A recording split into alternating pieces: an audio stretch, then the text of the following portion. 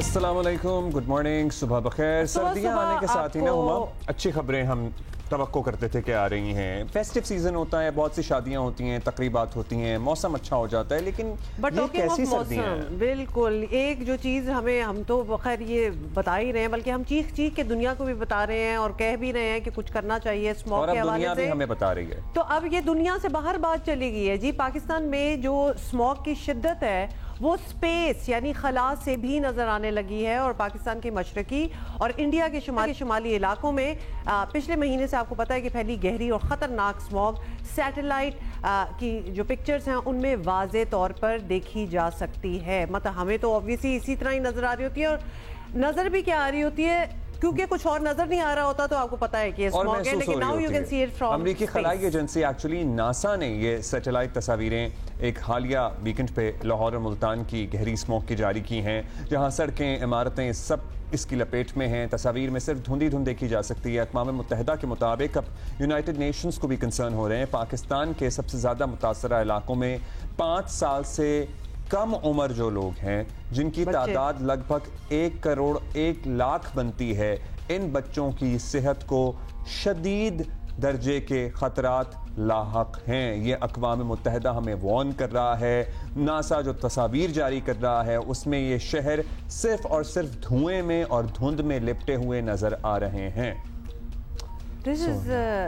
ये ट्रेजेडी है वैसे। And the speed that it is expanding and increasing एक आपको बात is unimaginable. पिछले से पिछले साल ये सूरत हाल नहीं थी, या पिछले साल थोड़ी स्मॉग होते होते जो अब हाल पहुंचा है ना, ये ऑलमोस्ट पिछले 10 सालों में हुआ है। थोड़ी सी जिसको हम फॉग कहते थे, पहले स्मॉग नहीं कहते थे। सर्दियों में आप एक्सपेक्ट करते थे लाहौर में एटलीस्ट कि वो फॉग हो जाती है, थोड़ी होती थी, इंजॉय भी कर लेते थे, मतलब जबरदस्त मौसम लग रहा होता था। वो पिछले 10 सालों में बढ़ते बढ़ते बढ़ते only in a span of 10 years आप अंदाजा करें, विच इज़ नॉट वो कोई ज़्यादा टाइम नहीं है, उसके अंदर ये इतनी ख़तरनाक हो चुकी है कि अब ये स्मॉग बन गई है। जहाँ मतलब वो एक होता था कि जी बड़ा it's dangerous to travel while, जब स्मॉग हो मोटरवेज बंद हो जाती हैं, सांस लेना अब मुश्किल हो गया है। मतलब घर से बाहर निकल के ट्रैवल करना तो दूर की बात है, आपको तो घर के अंदर बैठे हुए भी सांस लेना मुश्किल हो गया। और आपने ये अंडर 5 बच्चों की बात की है, इमेजिन ओवर 65 जो सीनियर सिटीजन्स हैं 65-70 जो ऑलरेडी एक बीमारी में ज़्यादातर लोगों को हो जाती होती है, उनके लिए it's a death trap I would say, क्योंकि इतने बुरे मतलब दमे की प्रॉब्लम, सांस, नज़ला, आंखों में पानी, मतलब ये तो बड़ी कॉमन चीज़ें हैं जो हो रही हैं। You name it, people are suffering from it. वो फैमिलीज जिनमें, क्योंकि ये अज़मा जो होता है ना, ये बहुत ज़्यादा ये पूरे घर को होता है। हाँ। ये वो बीमारी है जो हेरिडिटरी है और मतलब सभी इससे मुतासर होते हैं। So but it also develops, अच्छा फिर बड़ा माइल्ड फॉर्म का भी होता है, और इस किस्म की कंडीशंस में वो ज़्यादा एग्रीवेट होता है, वो ज़्यादा डेवलप होता है। तो और लोगों के पास कोई चारा नहीं है, क्या करें, अपने कारोबार, अपनी नौकरियां छोड़ के कहाँ जाएं। सो ये सारी सूरत हाल है। लेकिन पता है ज़्यादा कंसर्निंग बात अब्दुल्ला, हम इतनी देर से जब से ये सीजन स्टार्ट हुए हम बात कर रहे हैं कि पाकिस्तान और इंडिया को इस पे मुशावरत करके कुछ करना पड़ेगा, बिकॉज ऑब्वियसली एक कॉमन इशू है दोनों का। लेकिन आई फील कि अभी तक वो बातें ही हो रही हैं, कोई कॉन्क्रीट बात अभी तक मेरी बात सुने, क्या बातें हो रही हैं वहाँ से, किस तरह का रवैया है। क्रिकेट के मामलात आप देख लें, एक इंसान जब इन इश्यूज पे भी अपनी सियासत चमका रहा है, उससे आप क्या तवक्को करेंगे कि वो बाकी किसी इशू पे बात करेगा। मतलब खेल तो वैसे ही गैर सियासी होना चाहिए। मतलब खेल पे बात नहीं करें तो उससे ज्यादा सीरियस क्या बात करेंगे। खेल तो गैर सियासी होना चाहिए, खेल तो गैर सियासी होता है। अच्छा, अब आपने चूंकि क्रिकेट की बात कर ही दी है तो चलें उस पर भी चले जाते हैं। और चैंपियंस ट्रॉफी खेलने के लिए इंडिया का पाकिस्तान ना आना सिर्फ पाकिस्तान क्रिकेट को नुकसान पहुंचाने की कोशिश नहीं है, बल्कि आईसीसी का अपना बहुत कुछ दांव पर लगा हुआ है। और इंडिया पाकिस्तान ना आया तो पाकिस्तान भी आइंदा अपनी टीम इंडिया नहीं भेजेगा। वैसे पहले भी नहीं भेजनी चाहिए थी, बिकॉज हमें ऑनेस्टली ऑलमोस्ट पता था, हमें पता, हम पिछले साल ये बात कर रहे थे कि चलो हम तो किसी तरीके से इंडिया पहुंच गए हैं, लेकिन इंडिया नहीं आएगा। एक क्रिकेट एक सिस्टम है, एक बॉडी है जिसके तहत तमाम टीमें हैं। Not taking it away. यही फर्क होता है किसी एक बेहतर मुल्क में और किसी इस तरह के रवैया रखने वाले मुल्क में। क्योंकि जब हम जो ये कह रहे हैं ना कि हमें पहले भी पता था कि हम तो पहुंच जाएंगे, लेकिन वो नहीं आएंगे, लेकिन उसमें भी हम पहुंच गए। वैसे पता था कि आइंदा जाके फड्डा डालेंगे, जो मुझे लगता था कि शायद जब हम जा रहे हैं और वो हम भी मतलब कुछ दिन की बहस और मुबाहिसे के बाद ही गए थे। हमारी हुकूमत ने इजाज़त दी और हम गए और उस वक्त की बात हुई कि आप आ जाएं और उसके बाद हम आ जाएंगे। मैं शायद उन बेवकूफ़ों में से हूं जिनको ये लग रहा था कि शायद अब ये आ जाएंगे। वैसे मैं ऑनेस्टली बताऊं, I had no expectation as such, but of course जब पाकिस्तान इंडिया गया था तो वहां के लोगों ने बड़ा अच्छा इस्तकबाल किया था, लेकिन ये वहां की हुकूमत को क्या हो जाता है, दैट बीट्स मी। क्योंकि अब तो इतने एग्जाम्पल सेट हो चुके हैं और उनका फिर भी ना आना, ख्याल भी कर रहे थे, फैंस भी मिल रहे थे, सभी कुछ था, सब कुछ चल रहा था। खैर पीसीबी ने हुकूमत से मुशावरत मुकम्मल कर ली है। पाकिस्तान ने माइनस इंडिया, अब ये इंपॉर्टेंट है, चैंपियंस ट्रॉफी का जहन बना लिया है। भारत को अगले साल वुमेन वर्ल्ड कप और 2026 में T20 वर्ल्ड कप की मेजबानी करना है। चैंपियंस ट्रॉफी 2029 और 2031 में वर्ल्ड कप दोबारा होगा भारत में। पाकिस्तान के भारत ना जाने से आईसीसी का ब्रॉडकास्ट रेवेन्यू बिलियंस में, अरबों में मुतासर होगा। आईसीसी ने 2027 तक के ब्रॉडकास्ट राइट्स $3.2 अरब में फरोख्त किए हैं। पाकिस्तान के भारत ना जाने से राइट्स की वैल्यू सर्टनली कम होगी। तो जहां हम ये कहते हैं ना कि इंडिया की बड़ी वैल्यू है, 1 अरब आबादी वाला मुल्क है, इतनी आई बॉल्स हैं, इतने क्रिकेट फैंस हैं, जाहिर है ब्रॉडकास्टिंग राइट्स हैं, रेवेन्यूज हैं, स्पॉन्सर्स हैं, वहां पाकिस्तान भी 25 करोड़ आबादी वाला मुल्क है। पाकिस्तान और भारत का मुकाबला नहीं होगा तो इंडिया में इटसेल्फ क्या इंटरेस्ट रह जाएगा क्रिकेट देखने में? तमाम क्रिकेट बोर्ड्स को भी कम पैसे मिलेंगे और आईसीसी ब्रॉडकास्टर्स को भी नुकसान का सामना होगा। ये सारी चीजें जो हो सकती हैं, और ज़राए बता रहे हैं कि पाकिस्तान के मौजूदा सख्त मौक़िफ़ पर आईसीसी में भी खुलबुली सी कुछ ना कुछ तो हो ही रहा था ना कि आपने खलबली कर दी। ये कहने का मतलब है टेंशन पड़ गई है, और वो भी इसलिए कि पाकिस्तान ने स्टांस लिया इस बार। बिकॉज पिछली बार भी आप कह रहे हैं ना कि बहुत बातचीत के बाद पाकिस्तान चला गया था, बट अब जरा हम अटल हैं इस बात पे, और I actually kind of like it. Why not? Pakistan cricket board ICC को जल्द खत लिखेगा। आईसीसी को बताया जाएगा कि माजी में टीमों के न आने पर वेन्यू तब्दील नहीं किया गया। 1996 की मिसाल दी जाएगी जहां ऑस्ट्रेलिया और वेस्ट इंडीज ने श्रीलंका में खेलने से इनकार किया था। इस पर हरीफ टीमों को पॉइंट्स दे दिए गए थे। चैंपियंस ट्रॉफी के मामले में भी ऐसा ही होना चाहिए। क्रिकेट हलकों में मुतालबा भी किया जा रहा है कि आईसीसी की जिम्मेदारी है कि वो भारत को पाकिस्तान आकर खेलने पर राजी करे। अब जिम्मेदारी तो है, लेकिन पता ही है आपको आईसीसी की कितनी चलती है। आईसीसी का काम क्रिकेट चलाना है, भारत की ताबेदारी करना नहीं है, ये भी कहा जा रहा है। You know what? अभी तक वो रीजनिंग सही तरह, of course we can speculate and we know what the reasons are, लेकिन उनकी तरफ से क्या एग्जैक्टली रीजनिंग दी गई है ये भी हमें पता करना जरूरी है। तहरीरी तौर पर पाकिस्तान का इसरार है अब ये बार-बार कि तहरीरी तौर पर हमें लिख कर दें, बिकॉज जो रिटन चीज होती है उसको फिर आप कहीं चैलेंज कर सकते हैं, उसको आप लेकर जा सकते हैं। अब्दुल माजिद भट्टी सीनियर स्पोर्ट्स जर्नलिस्ट हमारे साथ मौजूद है, उनसे बात करेंगे। भट्टी साहब, आप लाहौर में थे, आपकी मुलाकातें भी हुई हैं। पाकिस्तान ने जहन तो बना लिया है कि इस मर्तबा हम सरेंडर नहीं करेंगे या हम कॉम्प्रोमाइज रादर नहीं करेंगे, क्योंकि पहले कई मर्तबा हमने खेल की बेहतरी के लिए, लोगों को एंटरटेनमेंट मिले उसकी बेहतरी के लिए ये कर देख लिया। जी अब्दुल्ला हुमा, बहुत शुक्रिया आपका। देखें, लाहौर में जो हमें ब्रीफिंग दी गई उसमें अब मैं क्रिकेट से हट के थोड़ी बात कर रहा हूँ। ये मामला सिर्फ क्रिकेट तक नहीं है। हमें उस ब्रीफिंग में पाकिस्तान हुकूमत की एक बहुत बड़ी और अहम शख्सियत ने बताया कि ये जो कोयटा रेलवे स्टेशन ब्लास्ट है, ये सिर्फ एक दहशतगर्दी नहीं थी। उस दहशतगर्दी के पीछे चैंपियंस ट्रॉफी को सबोताज करने की कोशिश की गई। हमें उस ब्रीफिंग में ये भी बताया गया कि जब ये फ्राइडे को आईसीसी ने पाकिस्तान को बताया कि भाई भारत कह रहा है कि वो चैंपियंस ट्रॉफी के लिए पाकिस्तान ट्रेवल नहीं करना चाहता, और सैटरडे को ये रेलवे स्टेशन पर ब्लास्ट हो जाता है।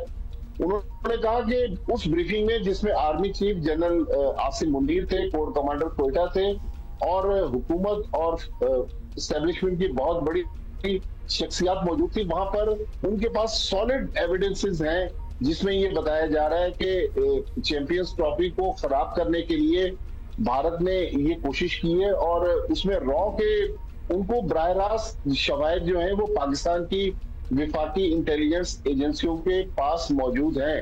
तो अब आप अंदाजा लगा लें कि अब ये सिर्फ क्रिकेट नहीं है, उसके वो जो कड़ियां जोड़ रहे हैं वो तो क्रिकेट से जोड़ रहे हैं, लेकिन उनको जो शवाहिद मिले हैं वो अपनी जगह। लेकिन पाकिस्तान की हुकूमत ने पाकिस्तान क्रिकेट बोर्ड को अब वादे तौर पर बता दिया कि अगर इस बार भारत पाकिस्तान आकर टूर्नामेंट नहीं खेलता तो हम उस वक्त तक भारत से किसी भी सतह पर चाहे वो वर्ल्ड कप हो, चैंपियंस ट्रॉफी हो, T20 वर्ल्ड कप हो, विमेन्स वर्ल्ड कप हो, पाकिस्तान जो खुददार कौम की हैसियत से अब भारत से किसी किस्म के क्रिकेट रवाबित जो है वो नहीं रखना चाहता। तो ये ब्रेकिंग न्यूज भट्टी साहब जो भी आपने दी है, क्योंकि कोई मुल्क खेल के मामलात को सबोटाज करने के लिए इस हद तक जा सकता है कि मुबैना तौर पर आप कह रहे हैं कोयटा हमले का जिक्र किया, आपको ये बताया गया है अथॉरिटीज की तरफ से। so much bigger than cricket suddenly, मतलब ये तो सबोटाज करने की एक हद जो है वो पार हो रही है। We will still wait for all the proofs और ऑब्वियसली इसकी बात मजीद होगी, इसलिए हम बहुत ज्यादा इस पे अभी बात नहीं कर रहे हैं, बट डेफिनेटली ऑफ कोर्स अगर ऐसा है तो ये बात सामने आ ही जाएगी।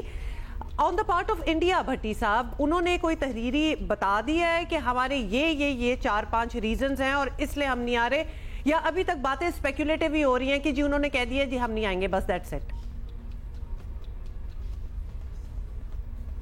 भट्टी साहब देखिए, रीजन तो वो सिर्फ एक ही रीजन कहते हैं कि पाकिस्तान जी हुमा, रीजन वो यही बताते हैं कि पाकिस्तान चूंकि महफूज मुल्क नहीं है इसलिए भारत के प्लेयर्स जो हैं वो पाकिस्तान ट्रेवल नहीं करेंगे। हालांकि आप देखें कुछ दिन पहले इंग्लैंड की टीम खेल कर गई है पाकिस्तान, अब वेस्ट इंडीज की टीम पाकिस्तान आने वाली है। तो भारत बेसिकली एक ग्राउंड बना रहा है, ऐसा ग्राउंड जिसके पीछे कोई ठोस शवाहिद नहीं है। जो आपका सवाल था वो ये था कि फ्राइडे को पहले भारतीय क्रिकेट बोर्ड ने आईसीसी को वर्बली बताया कि अब हमें हुकूमत ने कह दिया कि आप चैंपियंस ट्रॉफी के लिए फरवरी में पाकिस्तान ट्रेवल नहीं करेंगे, लेकिन आईसीसी ने जो पाकिस्तान को बताया है वो ईमेल के जरिए बताया है। तो उस ईमेल को सामने रखते हुए अब पाकिस्तान क्रिकेट बोर्ड भी अपना जवाब तैयार कर रहा है। मोस्ट प्रोबेबली मेरे ख्याल में आज या कल में वो जवाब आईसीसी को चला जाएगा। उसमें लीगल ऑप्शंस जो है, अब देखिए ना, जो बीसीसीआई के माउथ पीस है सहाफी, वो जिस तरह की कल से कहानियां घड़ रहे हैं मीडिया पे और सोशल मीडिया पे, बेसिकली वो भारतीय क्रिकेट बोर्ड कुछ सामने नहीं आ रहा। वो चाह रहा है कि हमारा मीडिया के जरिए ही ये शोशा छोड़ा भी गया था सबसे पहले, तो उसके बाद आईसीसी ने कह दिया, इंडिया ने हमें वर्बली बता दिया है। क्या कहानियां घड़ी जा रही हैं और अब ऑप्शन क्या है? पाकिस्तान लिखेगा आईसीसी को कि भारत से कहें लिख कर दें, मतलब वो लिख कर देने में कुछ हिचकिचाएंगे या लिख कर देंगे तो फिर क्या कोई बोर्ड मीटिंग तक मामला जाएगा? क्या होगा आगे?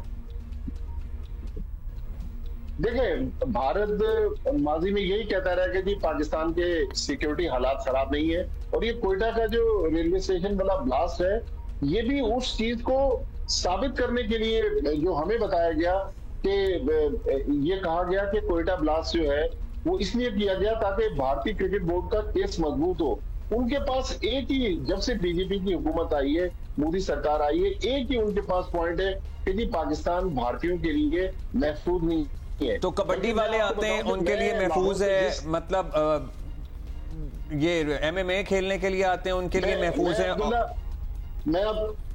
मैं अब्दुल्ला आपको ये बताऊं कि कल मैं जिस लाहौर के होटल में ठहरा हुआ था और सुबह नाश्ता कर रहा था, तो तकरीबन 25 से 30 सिखियात्री जो हैं वो भी आए हुए थे और वो वहां ब्रेकफास्ट कर रहे थे डाइनिंग हॉल में। तो मतलब भारतीय ट्रेवल कर रहे हैं पाकिस्तान, लेकिन क्रिकेट में वो अनोखा लाडला बना हुआ नहीं जाएंगे। लेकिन पाकिस्तान सबसे पहले यही कोशिश करेगा कि भारत को किसी तरह कन्विंस कर ले, क्योंकि एक ये भी पीसीबी के जहन में है कहीं हमारे साथ ब्लफ तो नहीं खेल रहे कि आखिर में जाके मान जाए कि हम पाकिस्तान ट्रेवल कर जाते हैं, क्योंकि पाकिस्तान में तो ये भी उनकी शर्त मान ली थी कि चले आप सुबह मैच खेलने के लिए आए और रात को। भट्टी साहब, वैसे ये बड़ी पॉसिबिलिटी है जो आप कह रहे थे कि चलो इस वक्त जरा लेट इट फेस्टर ये सारी कॉन्वर्सेशन और एंड में शायद हम चले जाएं, ये पॉसिबिलिटी भी डेफिनेटली हो सकती है।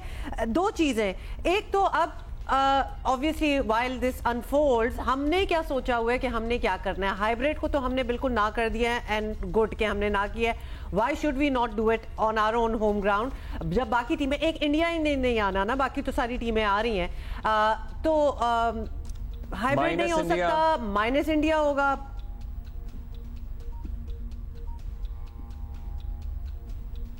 देखिए, बिल्कुल माइनस इंडिया होगा। फिर पाकिस्तान ये प्ली लेगा कि चूंकि इंडिया पाकिस्तान नहीं आना चाहता, या तो उस मैच को आप रहने दें फोरफिट करार दे दें और पाकिस्तान को 2 पॉइंट दे दें। ये 96 वर्ल्ड कप में ऑस्ट्रेलिया और वेस्ट इंडीज की टीमें जब श्रीलंका नहीं गई थी तो श्रीलंका को वो पॉइंट्स मिले थे। 2003 में जिम्बाब्वे नहीं गई थी इंग्लैंड की टीम, जिम्बाब्वे को पॉइंट मिले थे। 2003 के ही वर्ल्ड कप में कीनिया जाना था न्यूजीलैंड ने, तो न्यूजीलैंड ने इनकार किया तो कीनिया को 2 पॉइंट्स मिल गए। पहला तो पाकिस्तान ये ऑप्शन सामने रख रहा है, लेकिन दूसरा ऑप्शन ये है कि चले भारत नहीं आता ना आए। जो अगली टीम है as per ICC points table वो श्रीलंका की है आईसीसी रैंकिंग के मुताबिक, तो श्रीलंका जो है वो वर्ल्ड कप T20 इसमें चैंपियंस ट्रॉफी में पार्टिसिपेट कर ले। लेकिन अब्दुल्ला और हुमा, हमें जो बताया गया है वो यही बताया गया कि भाई इस बार एज ए खुददार कौम पाकिस्तान किसी तरह सरेंडर नहीं करेगी। और मेरी बात सुने, आईसीसी हमारी प्लीज कैसे मानेगी? आर वी श्योर कि आईसीसी हमारी ये तजवीज़ मान लेगी कि विदाउट इंडिया ये टूर्नामेंट करा लें? क्योंकि वो जो बोर्ड मीटिंग होनी है जिसमें वोटिंग होनी है उसके क्या खद्दोखाल हैं? क्या मामला वहां तक जाएगा या बस हम प्ली करेंगे और आईसीसी कहेगा कि हाँ जी without India? It seems to good to be true. हाँ, ये ऐसा लगता नहीं है कि हो सकता है। देखें अगर भारतीय क्रिकेट बोर्ड लेटर लेके जा रहा है आईसीसी के पास कि भाई हमारी हुकूमत ने मना कर दिया है, तो पाकिस्तान क्रिकेट बोर्ड भी लेटर लेके जाएगा भाई हमें भी हमारी हुकूमत ने मना कर दिया है कि हम उसी वक्त टूर्नामेंट खेलेंगे जब भारत पाकिस्तान ट्रेवल करेगा। और अगर भारत नहीं आना चाहता तो ठीक है, भारत अपने बाकी मैचेस जो है वो खेल ले हाइब्रिड मॉडल के तहत, लेकिन हम अपने मैचेस जो हैं वो पाकिस्तान में खेलेंगे। नंबर 1। नंबर 2 ये कि वो सारे लीगल ऑप्शंस पाकिस्तान सामने रख रहा है। और फिर चैंपियंस ट्रॉफी का 10% रेवेन्यू पाकिस्तान को मिलता है, 30% भारत को मिलता है। तो अगर पाकिस्तानी पार्टिसिपेट नहीं कर रहा तो स्पॉन्सर्स, इतने बड़े बड़े स्पॉन्सर्स जिसमें दुनिया की बड़ी एयरलाइन मौजूद है, एक सऊदी अरब की बहुत बड़ी ऑयल कंपनी मौजूद है, वो इसलिए स्पॉन्सर कर रहे हैं चैंपियंस ट्रॉफी या दुनिया के दूसरे बड़े टूर्नामेंट्स को कि पाकिस्तान और भारत खेलेंगे। अगर भारत अकेला ग्राउंड में उतर जाएगा, सामने पाकिस्तान एज ए ओपोनेंट मौजूद ही नहीं होगा, तो फिर उस मैच के आई बॉल्स या उस मैच की रेटिंग या उस मैच की व्यूअरशिप कहाँ होगी? तो अब पाकिस्तान ने बहुत सारे ऑप्शंस जो हैं उन पर गौर किया है, हुकूमत से बात कर ली है, फॉरेन ऑफिस से मुसलसल राब्ते में है, इस्टेब्लिशमेंट से भी राब्ते में है। लेकिन हमें जो बताया गया वो यही बताया गया कि भाई टूर्नामेंट पाकिस्तान उसी वक्त खेलेगा जब भारत पाकिस्तान ट्रेवल करेगा। हम हर किस्म की अश्योरेंस पाकिस्तान की भट्टी साहब, अब दिसंबर में जय शाह ने भी आना है। जी, जय शाह ने आईसीसी को संभाल लेना है। ये दिसंबर, मतलब this is just a month away now. उससे पहले आपको लगता है कि ये सारी बातचीत जो होगी, फैसले जो होंगे वो हो जाएंगे? क्योंकि आईसीसी तो खुद उसके बाद जय शाह चला रहे होंगे, तो हम क्या एक्सपेक्ट करें वहां से? कोई खास फेयरनेस? देखें, उससे कोई फर्क नहीं पड़ेगा। आपको पता है कि जय शाह जो है वो किसके बेटे हैं? अमित शाह जो इंटीरियर मिनिस्टर हैं इंडिया के और राइट हैंड हैं मोदी साहब के। तो मेरा भी ख्याल उनके आने से फर्क पड़ेगा। लेकिन आईसीसी को भी एज ए इंडिपेंडेंट और न्यूट्रल बॉडी की हैसियत से अब अपने आप को आगे लेके चलना है। जिस तरह आप देखें कि ओलंपिक्स में होता है, ओलंपिक्स में आज तक इंडिया ने मना नहीं किया और जो ओलंपिक स्पोर्ट्स हैं उनने मना नहीं किया। लेकिन ये क्रिकेट में जो इंडिया की बदमाशी और दादागिरी है, मुझे लग रहा है कि इस बार पाकिस्तान जो है टफ टाइम देगा इंडिया को। वैसे भट्टी साहब, जाते जाते एक चीज, हम भी किसी 2 और मुल्कों के बारे में उनका तनाजा हो, ये पढ़े हो, ये वो, हमें भी पता चल जाए कि कौन ज्यादती कर रहा है कौन नहीं। अब बाकी क्रिकेटिंग नेशंस को ये नजर आ रहा है कि क्या कर रहा है India, because it's very clear, इसमें कोई छुपी बात नहीं है। पाकिस्तान तो फिर भी पहुंच गया था India. so much money involved, आज हमारे साथ हो रहा है, कल किसी और के साथ भी हो सकता है। We just want to know कि बाकी मुल्क जो क्रिकेटिंग नेशंस है वो उनको नजर भी आ रहा है कि इंडिया एक वक्त बिल्कुल अनफेयर हरकत कर रहा है। देखिए हुमा, अगर हम माजी में जाएं तो 87 में पाकिस्तान और इंडिया ने ज्वाइंट वर्ल्ड कप होस्ट किया। 96 में पाकिस्तान, इंडिया, श्रीलंका ने मिलकर वर्ल्ड कप को होस्ट किया। लेकिन बड़े अफसोस से कहना पड़ रहा है कि हमारे जो बोर्ड में लोग थे, फिर जो हमारा एक सियासी मामला थे हमारे मुल्क के, अनफॉर्चुनेटली क्रिकेटिंग वर्ल्ड में पाकिस्तान के साथ बहुत ज्यादा सपोर्ट है नहीं। इवन हमारे दाएं बाएं अफगानिस्तान देख लें, बांग्लादेश देख लें, श्रीलंका देख लें, ये सब इंडिया के पास इंडिया की गोद में इसलिए बैठे हुए कि इंडिया के पास पैसा बहुत ज्यादा है। अगर किसी मुल्क को पैसे की जरूरत होती है, इंडिया 3 T20 मैचेस की सीरीज करवाकर उसको मिलियंस ऑफ डॉलर दिलवा सकता है। जी, तो फाइनेंशियल इंटरेस्ट बहुत ज्यादा टाइड अप हैं। दीगर क्रिकेटिंग नेशंस के छोटे क्रिकेट बोर्ड्स हैं, जाहिर है वो इंडिया पे डिपेंडेंट हैं। बहुत शुक्रिया आपका, थैंक यू अब्दुल माजिद भट्टी साहब। So it is a kind of a sad state of affairs. I mean, as much as excitement there is regarding cricket in India and in Pakistan, जब इस किस्म की चीजें हरकतें होती है ना, तो जो बस फैंस होते हैं वो कहते हैं यार मुकाओ इस लड़ाई नू और आगे चलो। मतलब seriously this has been going on forever. At least cricket को तो इस लड़ाई से बाकी लड़ते रहो जो करना है, but keep this sport out of it. लेकिन it has become so politicised. अब ये देखें ना, हमने अभी सीरीज जीती इंग्लैंड से, हमने अभी सीरीज जीती ऑस्ट्रेलिया से, तो अब ये नया शोशा खड़ा करते हैं। क्योंकि ये कैसे हो रहा है कि हम टीमें हम एक तो कहेंगे कि हमारी टीम हार रही है, फिर इनकी इंटरनेशनल टीमें भी आ रही हैं, अब चैंपियंस ट्रॉफी, तो हम तो ये होने नहीं देंगे। और इंडिया को न्यूजीलैंड ने हरा दिया ऊपर से। मतलब जरा इनकी बातें सुनो। मतलब हमने तो फिर भी अभी ऑस्ट्रेलिया को हराया ना। Sorry, I want to boast about it, क्योंकि ये भी बड़ा। अच्छा जी, हमारे पास और भी बहुत सी बातें हैं जो हमने आपसे शेयर करनी है, बताना है आपको। जैसे कि पाकिस्तान एयरपोर्ट अथॉरिटी ने सिक्योरिटी के पेश नज़र मुसाफिरों को छोड़ने या लेने आने वालों के लिए टिकट्स की कॉपी रखना लाजमी करार देने का फैसला किया है। अगर आपको एयरलाइन ज़रा कॉम्प्लिकेटेड लग रही है तो हो ये रहा है कि या तो आप किसी को लेने जा रहे हैं एयरपोर्ट से, सो जो बंदा आ रहा है उसके टिकट की कॉपी आपके पास फोन में होनी चाहिए, आपके पास प्रिंट आउट होना चाहिए। या अगर आप छोड़ने जा रहे हैं तो नेचुरली वो बंदा आपके साथ ही होगा, सो उसके पास टिकट की कॉपी होगी। लेकिन जब लेने जा रहे हो और एक बंदा कहीं बाहर से आ रहा हो और 10 लोग जाएं लेने, ये एज इट इज, ये कोई मतलब ये कोई एक्सकर्शन ट्रिप है स्कूल का कि आओ जी बस भर के सारे जाएं। मतलब ये हरकत तो वैसे भी नहीं होनी चाहिए। तो आई गेस अगर कर दिया, पाबंदी थी भी, अब मतलब अब तो एक नंबर ये उतार देते होते थे पहले। अब तो लिमिटेड नंबर ऑफ पीपल ही जाने देते थे, इवन आप लेने जा रहे हैं अंदर। अब्दुल्ला, वैसे ऐसा नहीं हो रहा होगा ना, वरना क्यों टिकट्स लगाएंगे? कुछ ना कुछ तो किसी वजह से किया है ना ये measure. That we have seen growing up कि पूरी बसें आई हुई हैं किसी को छोड़ने लेने के लिए, वो भी देखा, और वहीं पे सो रहे हैं एयरपोर्ट की पार्किंग में। पार्टियां चल रही हैं जी पूरी, वो जो ग्रीन एरियाज एक हसास जगह है जहाँ के फॉरेनर्स हैं, दीगर लोग हैं। एयरपोर्ट अथॉरिटीज राय के मुताबिक फैसले पर जल्द अमल दरामद शुरू कर दिया जाएगा। सो जस्ट बी कॉशियस, अगर आप किसी को लेने भी जा रहे हैं, आप एहतियातन एक तो अपना शनाख्ती कार्ड जरूर साथ रखें, ओरिजिनल, और दूसरा टिकट की कॉपी, जिस जो भी बंदा आ रहा है उसके टिकट की व्हाट्सएप कर दे आपको। ठीक है जी, सो ये हमने आपको बता दिया, जरूरी था। ब्रेक के बाद मिलते हैं।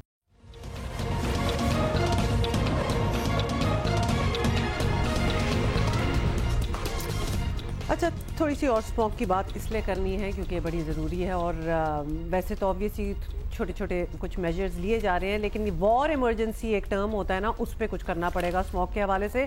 क्योंकि लाहौर और मुल्तान गुज़िश्ता 2 हफ्तों से शदीद स्मॉग की लपेट में हैं और पेशावर और इस्लामाबाद भी शामिल हो गए हैं अब इसमें। और कल फ़िज़ाई आलूदगी में मुल्तान लाहौर पर बाजी ले कंपटीशन स्टार्ट हो गया जी कि कौन सा ज़्यादा स्मॉगी एरिया है। और मुल्तान का एयर क्वालिटी इंडेक्स 748 तक पहुंच गया।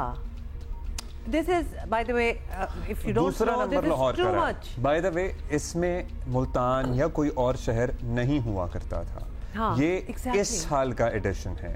सो ये भी हम सबको पता होना चाहिए। हुकूमत पंजाब ने एक और बड़ा फैसला किया है। लाहौर, गुजरांवाला, फैसलाबाद और मुल्तान डिवीजन में 17 नवंबर तक मार्केटें रात 8 बजे तक बंद करने का नोटिफिकेशन जारी कर दिया है।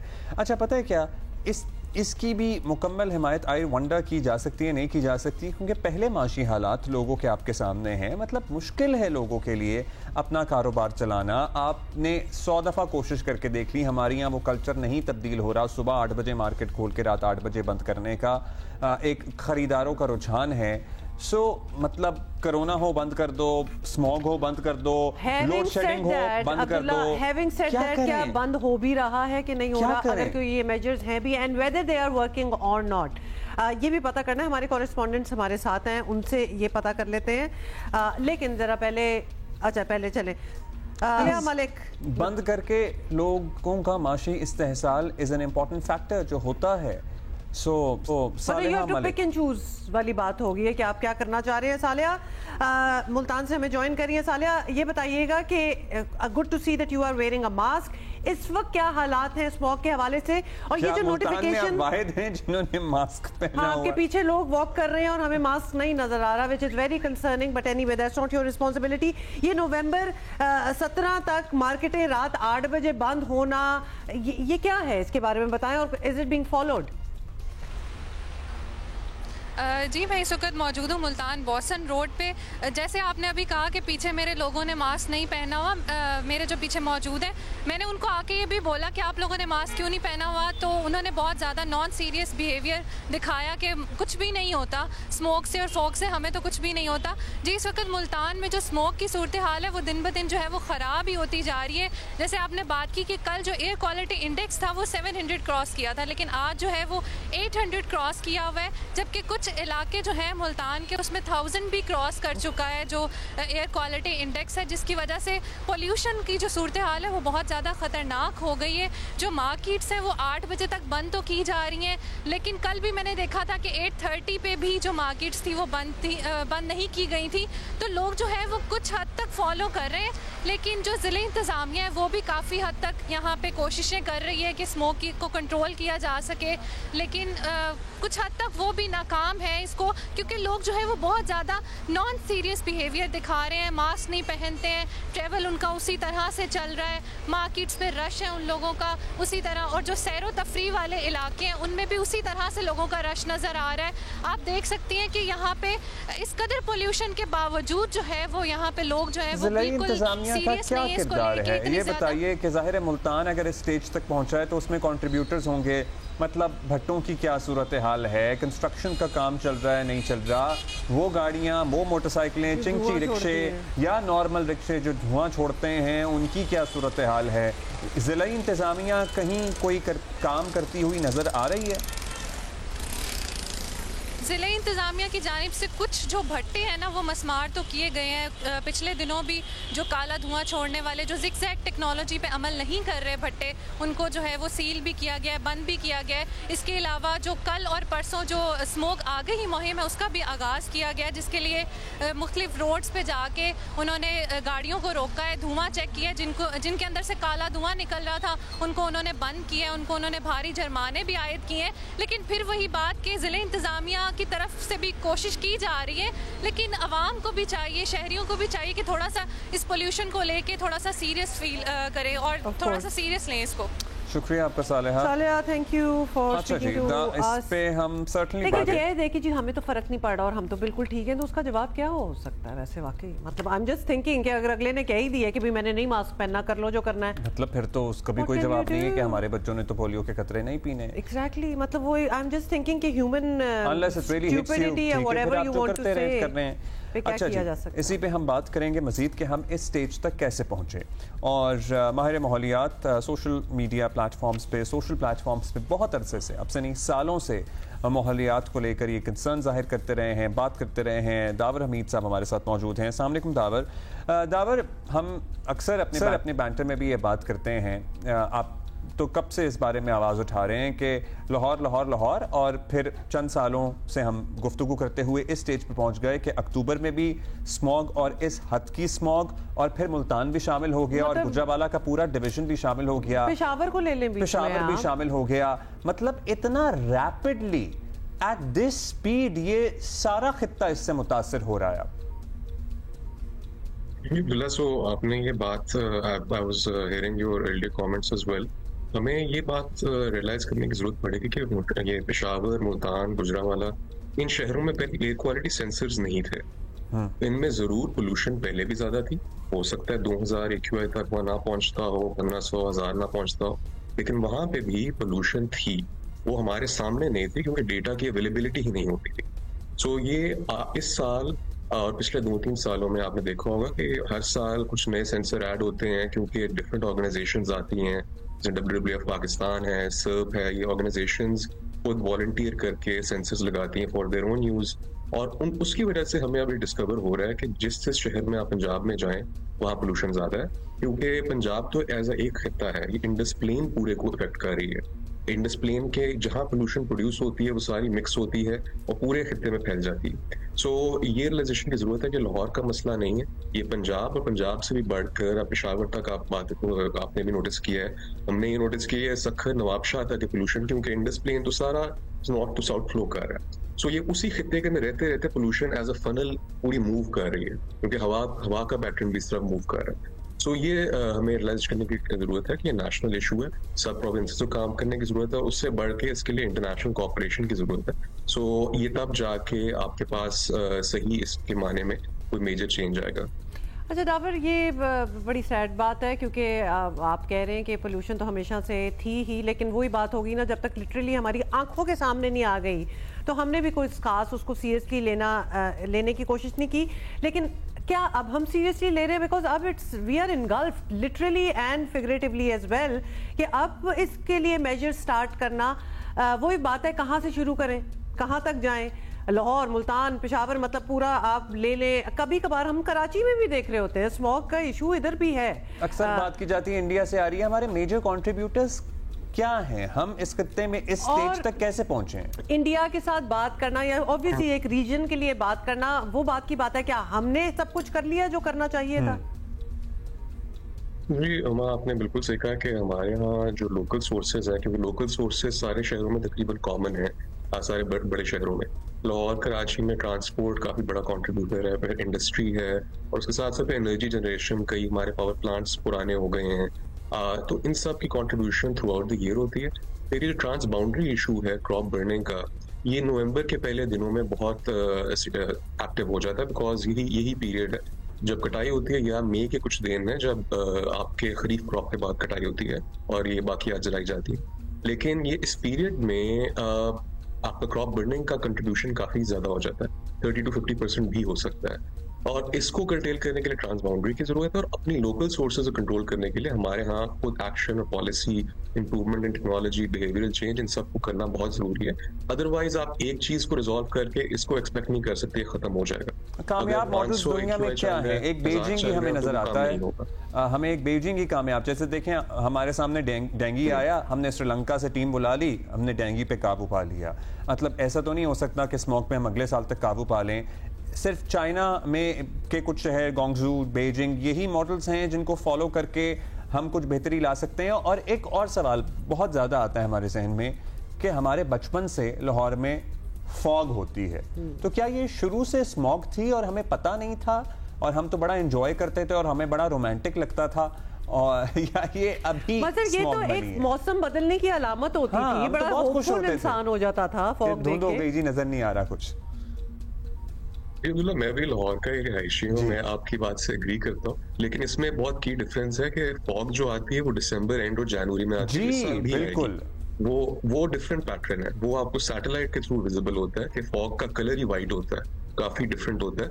अभी सैटेलाइट पे आपको ग्रे क्लाउड नजर आ रहा है स्मॉग। अभी के पीरियड में फॉग अभी भी आएगी, लेकिन बिकॉज ऑफ फॉग के साथ और ज्यादा पोल्यूटेंट्स मिलते जा रहे हैं, तो वो क्लीन एयर वाली फॉग नहीं है जो हमारे बचपन की होती थी। सो ये डिफरेंशिएट करने की जरूरत है कि इस फॉग के अंदर आप बाहर एक्टिविटी नहीं कर सकते, अपने बच्चों को बचाएं। हमें तो याद है कि हम स्कूल में फुटबॉल खेला करते थे असेंबली से पहले, क्योंकि हवा बहुत साफ होती थी, फॉग में आप खेल सकते थे। तो ये बहुत जरूरी है, ये चीजें रिजॉल्व करना जरूरी है। हमारे बच्चों की हेल्थ पे इम्पैक्ट हो रहा है, लॉन्ग टर्म बहुत इम्पैक्ट हो रहा है। यूनिसेफ का बयान आया है कि खास तौर पे आपके न्यू बॉर्न्स हैं और up to 11 years of age, उनके लिए बहुत डेंजरस है ये एयर क्वालिटी जो आजकल चल रही है। उसके अलावा ये बीजिंग और गांगजू, ये हीबे, टिएनजिन, ये सारा रीजन है, इन्होंने अपने आप को बहुत स्ट्रिक्टली मॉनिटर किया, अकाउंटेबिलिटी की है गवर्नमेंट की, इंडस्ट्रीज को दूर ले गए हैं शहरों से, पोल्यूटिंग इंडस्ट्री से पूरा बैन लग गया, ट्रांसपोर्ट सेक्टर को उन्होंने साफ किया। उन्हें भी 10-15 साल लगे हैं, फॉरन ओवरनाइट नहीं हो सका उनसे भी। सो हमें ये प्लानिंग करने की जरूरत है कि अब हम इंडस्ट्रीज को कहाँ मूव करें, अपना पावर सेक्टर को कैसे साफ करेंगे, ट्रांसपोर्ट टेक्नोलॉजी, क्लीन फ्यूल कहाँ से आएगा, और इसको इम्प्लीमेंट करने की हद से अगले साल से शुरू हो जाए। अब जरा ये भी बता दें, ये जो COP29 और ये सारी कॉन्फ्रेंसेस वगैरह जो होती हैं, जो अपेरेंटली बड़ा सीरियसली क्लाइमेट को और एनवायरनमेंट को ले रही होती हैं, and obviously this is the future, इस पे बात होनी चाहिए।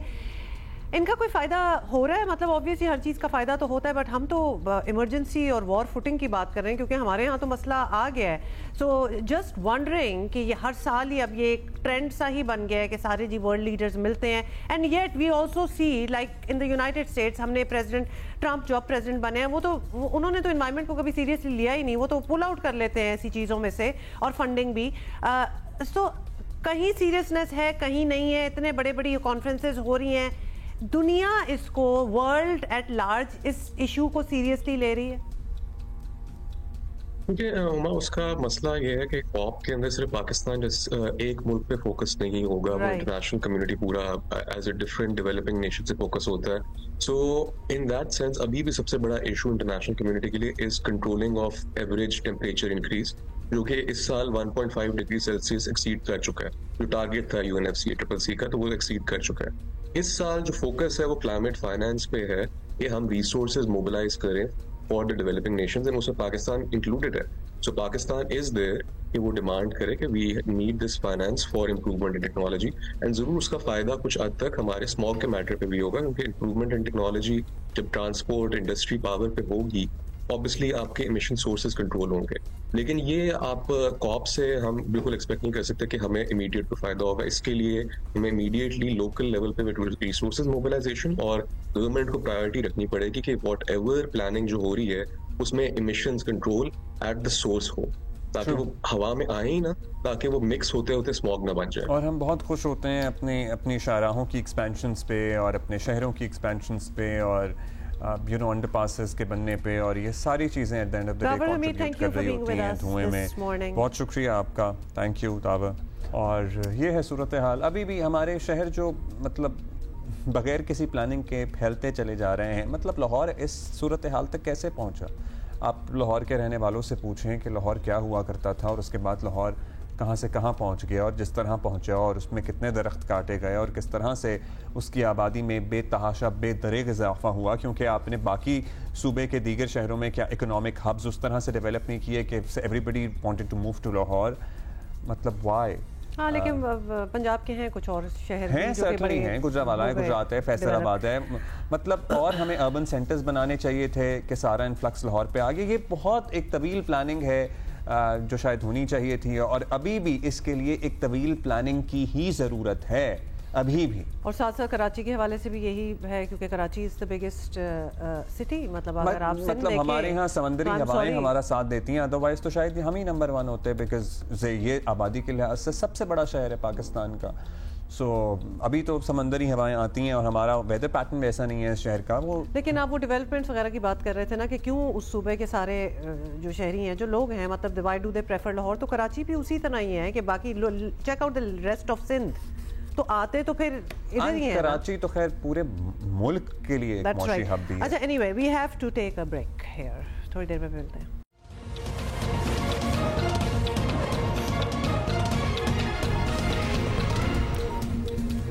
अच्छा जी, बताना आपको ये भी है कि IMF पाकिस्तान में है। टैक्स कलेक्शन के मामले पर हुकाम से उनके मुज़ाकरात चल रहे हैं। हुकूमत अगरचे अब तक मिनी बजट के इम्कानात से इनकार करती नज़र आ रही है, लेकिन तमाम मौशी माहिरीन और आशारिये मिनी बजट के खर्चात बढ़ा रहे हैं। हुकूमत को माली साल के पहले 6 माह में $250 अरब का शॉर्टफॉल का सामना है। अब ये कैसे पूरा करना है मिनी बजट लाए बगैर? बज़ाहिर ये मुमकिन होता दिखाई नहीं देता। ज़राए का कहना है कि IMF से सालाना टैक्स हदफ पूरा करने के लिए मुमकिन मिनी बजट के नुमाया पहलुओं पर बात होगी। अच्छा, अगर इस पर बात होगी तो चले हम भी बात कर लेते हैं। सीनियर सहाफ़ी शहबाज राना हमारे साथ हैं। शहबाज, IMF की टीम जो है वो आजकल ऑफ कोर्स पाकिस्तान में है और हुकूमत के लोग अपनी अब तक की परफॉर्मेंस जो है वो बता रहे हैं, एक्सप्लेन कर रहे हैं। तो क्या हुकूमत की परफॉर्मेंस पर कोई ऐसी है कि IMF मुतमईन हो? ये हम आपसे पूछना चाहते हैं, क्या अंदाज़ा है आपका? अगर IMF पाकिस्तान की कारकर्दगी से मुतमईन होता तो वो वक्त से 4 माह पहले पाकिस्तान में अपना मिशन ना भेजता। ये जो IMF का मिशन पाकिस्तान आया है, ये एज़ पर स्केड्यूल नहीं है। जो IMF के बोर्ड ने स्केड्यूल अप्रूव किया, उसमें जो पहला रिव्यू होगा प्रोग्राम का वो फरवरी मार्च अगले साल होगा, जिसके बाद $1.1 अरब की जो किस्त है वो पाकिस्तान को मिलेगी। अब जो इनिशियल जो इंडिकेशंस आई, जो आउटकम्स आए, जो नताइज आए पहले समाही के बाद, वो नताइज जो थे IMF की तवक्कुआत के तो बिल्कुल बरखिलाफ़ थे, लेकिन जो पाकिस्तानी इंडिपेंडेंट एक्सपर्ट्स थे, एनालिस्ट थे, उनकी तवक्कुआत के ऐन मुताबिक थे। यही वजह है कि IMF को एक अपना एमरजेंसी में जो मिशन है वो पाकिस्तान में लॉन्च करना पड़ा। बिल्कुल ये बात तो दुरुस्त है कि हुकूमत जो है वो अपनी कारकर्दगी को डिफेंड करने की कोशिश करेगी और ऐसी वो वजूहात बयान करेगी जो उनके ख्याल में अगर कोई चीज़ ऑफ ट्रैक हुई है तो वो कुदरत की वजह से उसमें उनका कोई कसूर नहीं है। ये क्वाइट नेचुरल होता है हमारे जो ब्यूरोक्रेट्स हैं उनके लिए और हुकूमतों के लिए। बट इसमें एक चीज़ इंपॉर्टेंट है, वो ये है कि ये जो प्रोग्राम था ये गैर हकीकी था। इसके जो पाकिस्तान को IMF के प्रोग्राम की ज़रूरत थी और है, इसमें कोई शक वाली बात नहीं है। लेकिन क्या ये प्रोग्राम बेहतर नेगोशिएट हो सकता था? बिल्कुल बेहतर नेगोशिएट हो सकता था। बेहतर नेगोशिएट हो सकता था। अब ये भी कहा जा रहा है कि मिनी बजट आने वाला है तो उसका प्लान फाइनल है। कई माह से ऐसी खबरें सुन रहे हैं, हुकूमत तरदीद भी कर रही है, लेकिन जाहिर है ये टारगेट्स कैसे पूरे होंगे? माजी में जो मिनी बजट होता था वो 30, 40, 50, 60 अरब रुपए का होता था। अब जो बजट आएगा, अगर आता है तो मिनी नाम का होगा, वो एक बहुत बड़ा बजट होगा। हुकूमत पहले ही जो टैक्स मेजर्स उन्होंने जून में लिए थे उसमें कोई हुकूमत के अपने मुताबिक कुछ 1550 अरब रुपए के उन्होंने टैक्स मेजर्स लिए थे, नए टैक्सेस लगाए थे। फिर जो IMF का डॉक्यूमेंट है उसके मुताबिक 1190 अरब या 1200 अरब रुपए के टैक्स मेजर्स लिए गए थे। तो ओवर एंड अबव मजीद इकदाम हुकूमत जो है वो करने को ऑलरेडी इन प्रिंसिपल एग्री कर चुकी है। अब इसमें जो चीज़ें होंगी कि इसकी इम्प्लीमेंटेशन अगर होगी मिनी बजट की तो किस डेट से और कब होगी। बाय एंड लार्ज वो जो कैटेगरी जो हमारे टैक्स पेयर्स हैं जो पहले ही टैक्स दे रहे हैं उन्हीं के ऊपर टैक्स लगाने की बात हो रही है। फर्टिलाइजर और इससे रिलेटेड एग्रीकल्चर प्रोडक्ट से रिलेटेड भी कुछ चीज़ें हैं जो जून के लिए हुकूमत ने रखी थी, हो सकता है उसको फास्ट ट्रैक करना पड़ जाए। तो मिनी बजट आने के चांसेस जो है वो तो हुकूमत खुद ही लिख के दे चुकी है, हम उसको रूल आउट नहीं कर सकते। अच्छा, फाइनली ये भी बता दें, और आप जिक्र भी कर रहे थे, सालाना बजट हो या मिनी बजट, ऑब्वियसली टैक्सेस में इजाफा तो हम एक्सपेक्ट करते ही हैं। तो इस बार क्या किसी नए सेक्टर को टारगेट करने का इम्कान है या फिर वही पुराना फार्मूला जो टैक्स दे रहा है उसी पे मजीद टैक्स लगा दो? IMF की पूरी कोशिश होगी कि ज़राअत के ऊपर भी इनकम टैक्स का वही रेट हो जो वफाकी हुकूमत बाकी जगहों से टैक्स लेती है, उसके ऊपर जो इनकम टैक्स का रेट है। दूसरा शोबा है ताजरों का। ताजरों के ऊपर IMF ने क्वार्टरली इंडिकेटिव टारगेट्स दिए हुए हैं। पहले 3 माह का जो हदफ था वो 10 अरब रुपए का था ताजरों से टैक्स लेने का, ताजर 2 स्कीम के तहत। और 10 अरब के अगेंस्ट हमने कोई 10 लाख रुपए इकट्ठा किया। 99.99% से हमने वो टैक्स हदफ मिस किया है। यहाँ पे हुकूमत की सियासी कमज़ोरी है, हुकूमत ताजरों के पीछे नहीं जाना चाह रही। जो नेशनल कोऑर्डिनेटर लगाए गए हैं ताजरों की तरफ से वो भी एक ताजर हैं। तो हुकूमत लग ऐसे रहा है कि करना भी चाहती है और नहीं भी करना चाहती। IMF की तो कोशिश है कि ये एग्रीकल्चर से और ताजरों से जो टैक्स जो ड्यू बनता है वो लिया जाए। किस हद तक हुकूमत कामयाब होगी, किस हद तक IMF कामयाब होगी बताएगा। मतलब ताजरों 10 अरब रुपए टैक्स इकट्ठा करना था, 10 लाख कर पाए, मतलब 99.999% ये टारगेट मिस हुआ है। सो अब हुकूमत की ये सियासी मंतक है कि वो नहीं जाना चाहती ताजरों के पीछे, तो फिर हमारे और आपके पीछे आएंगे। जी ऐसा ही होगा। लेकिन किससे मुलाकात हुई है ये भी आपको बता दें कि IMF के वफ़द की वजारत ख़जाना आमद हुई और IMF के वफ़द की वजारत ख़जाना आमद हुई है और IMF मिशन चीफ जो हैं वो उनकी क़यादत में वफ़द वज़ीर ख़जाना मोहम्मद औरंगज़ेब से मुलाकात कर रहा है। वज़ीर मुमलिकत बराए petroleum, governor state bank, chairman FPR और दीगर लोग भी मौजूद हैं। ब्रेक के बाद हाजिर होते हैं। हम ब्रेक लेते हैं।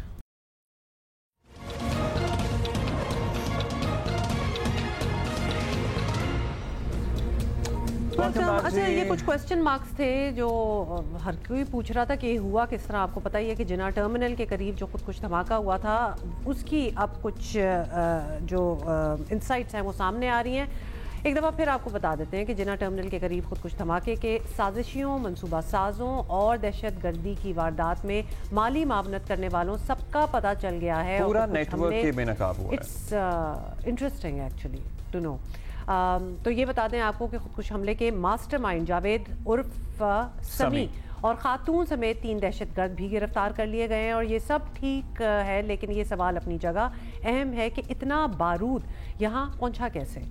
ये बहुत बड़ा सवाल है एक्चुअली, क्योंकि शहर के अंदर ही गाड़ी भरी गई थी और इतनी प्लानिंग का पता क्यों ना चला। और ये भी देखना पड़ेगा कि असर रसूख और दबदबे की अलामत समझी जाने वाली डबल कैबिन गाड़ियों को चेक ना करना मजीद कितने नुकसानात का बायस बनेगा। क्योंकि दहशतगर्दों ने भी ये सोच के ये गाड़ी इस्तेमाल की है, क्योंकि इस गाड़ी का एक अपना, जैसे कहते हैं ना, एक दबदबा है, एक स्टेटस सिंबल भी है, एक बिल्कुल, और नहीं आप फिर यू एक्सपेक्ट कि इसमें कोई बहुत ही बड़ी शख्सियत होगी। जा रहे हो और वीगो डाला वाला जो है आपको साइड में दबाते हो निकल जाए, साइड पे हो जाते हैं, ऑटोमेटिकली हो जाते हैं, आप जाने देते हैं, क्योंकि उसकी गाड़ी को तो क्या ही नुकसान होना है, अगर लग भी गई तो आपकी गाड़ी का ज्यादा नुकसान होगा।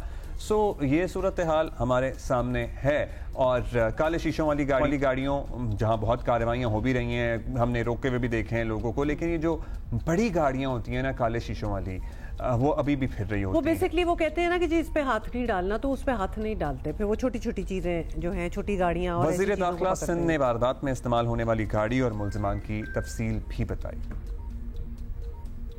एविडेंस कलेक्ट की हमारी सिटी और दूसरे इंटेलिजेंस इदारों ने, तो वहाँ पर एक चेचिस नंबर मिला गाड़ी का, और उस चेचिस और उसके साथ साथ एक नंबर प्लेट मिली। और फर्दर जब इन्वेस्टिगेशन हुई तो पता ये चला कि ये गाड़ी कोई एक इनके साथ और रक्षा वाला भी था, उसके साथ दो और उसके अकम्प्लिस थे जो गाड़ी की खरीद में थे, वो ये लोग शामिल थे। और गाड़ी जो है जब वहाँ से एक्साइज डिपार्टमेंट से, क्योंकि हमारे पास यहाँ पर हमारे पास आईजी ऑफिस में या सीटीडी की जो मेन ऑफिस है उसमें जो डेटा कलेक्शन है तो ये एक दूसरे से जुड़े हुए हैं, तो वहाँ से पता चला कि ये गाड़ी इसके नाम पर है और ये नंबर है एक शोरूम से ली गई है कराची में, और तकरीबन इसकी कीमत जो थी 71 लाख रुपीज़ थी, और वो उन्होंने थ्रू बैंक ट्रांसफर हब से, ये कोई बैंक है उस वहाँ से ट्रांसफर हुए हैं। अच्छा, उसके बाद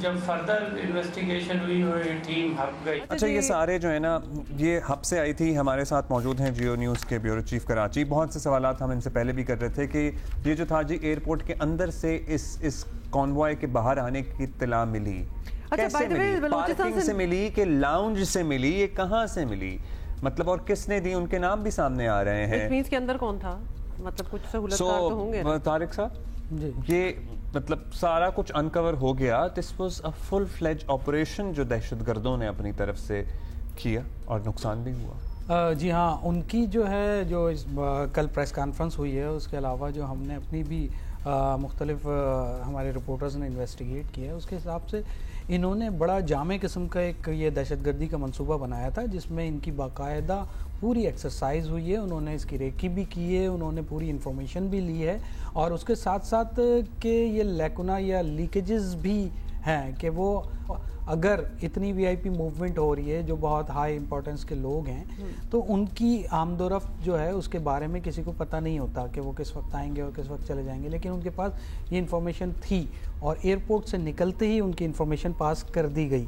तो इसका मतलब है कोई अंदर से मौजूद था, और जिस तरह लोग पकड़े हैं उससे ये पता चला, ये जो जावेद मास्टरमाइंड जिनको कहा जा रहा है कि इन्होंने ही इत्तला दी है उसको, और उसके बाद जो आगे खुद कुछ बम्बार था उसने अपना एक्ट किया है। लेकिन यहाँ पे हम ये देखते हैं कि ये सारी जो पूरी एक्सरसाइज नज़र आती है उसमें कितने किस्म के नफ्सियाती डॉज दिए उन्होंने, जो सिक्योरिटी जो ब्रीच जिसे हम कहेंगे वो, उसमें ये एक तरह का बड़ा एक नफ्सियाती डॉज दिया है कि इस तरह की गाड़ी इस्तेमाल की गई है जो कि अक्सर हमारे पास प्रोटोकॉल में या जो हमारे सरकारी सिक्योरिटी इदारे भी यूज़ करते हैं, और उसके अलावा जो दीगर वीआईपी मूवमेंट होती है उसमें ये गाड़ियां बहुत ज़्यादा इस्तेमाल होती हैं। तो उसे इसमें इस्तेमाल किया गया है, और इस तरह से किया गया है कि ये जिस तरह लगे कि ये कॉन्वॉय का हिस्सा है, और वो उसी तरह शामिल हो गया, और उस तरह उसने जाके अपना जो भी टारगेट था उसे निशाना बनाया है। प्रॉपर प्लान है इसके पीछे, थॉट है पूरे प्रोसेस। और गाड़ी भी वही यूज करना था कि प्रोटोकॉल का हिस्सा, मतलब ये एक और काले रंग की इस्तेमाल करना। हाँ। यूजुअली जो स्क्वाड में साथ चल रही होती हैं उनका एक मखसूस कलर होता है, उसमें खातून भी बैठी हुई हैं। देखें खातून, वो देखें जब वो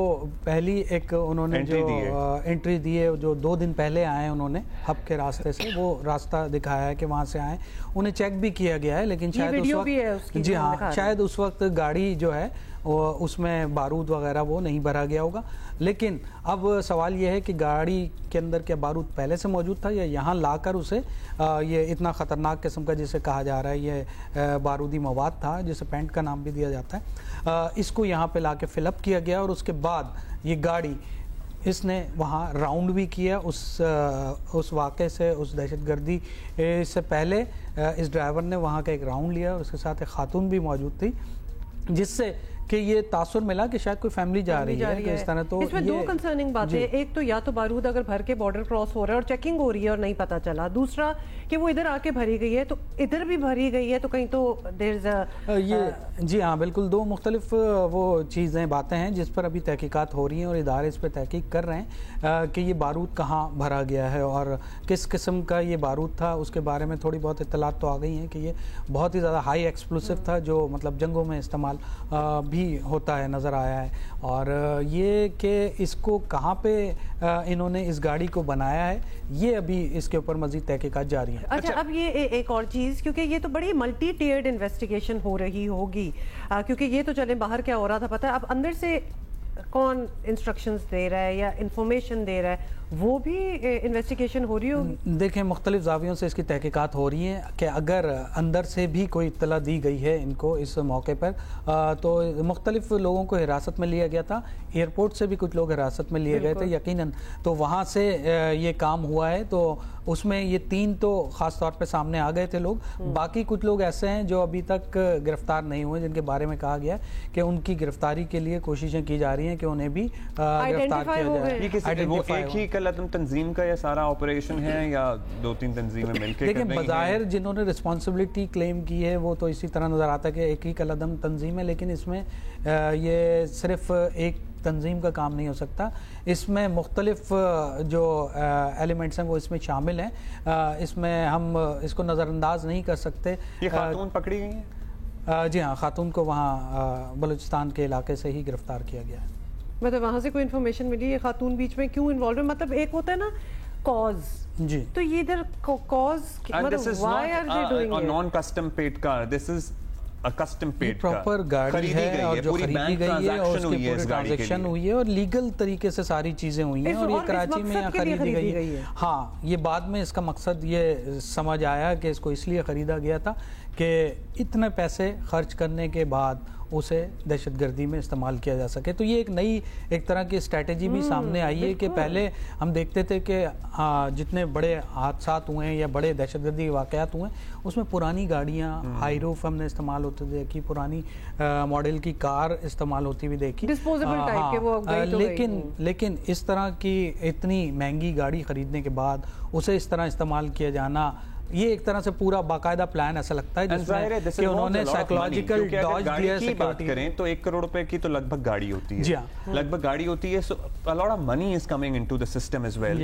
ये पैसे किसने दिए हैं, कहां से आए हैं, ये पूरा ट्रेल अब तो सामने आ ही गया है। सो इसमें बैरूनी हाथ किसी मुलव्विस इसी बुनियाद पे ये कहा जा रहा है कि ये सिर्फ एक तंजीम का काम नहीं है, इसमें यकीनन ये कहा जा रहा है कि बैरूनी हाथ भी इसमें मुलव्विस है और इस तरह की कार्रवाइयाँ क्योंकि वो दीगर इलाकों में कर चुके हैं, ख़ासतौर पे बलूचिस्तान के कई इलाकों में इस तरह की कार्रवाइयाँ हो चुकी हैं। तो उसमें ये कहा जा रहा है, जो हमारे इदारों से बातचीत होती है उनका ये कहना है कि इसमें यकीनन जो बैरूनी हाथ है वो इसमें मुलव्विस है।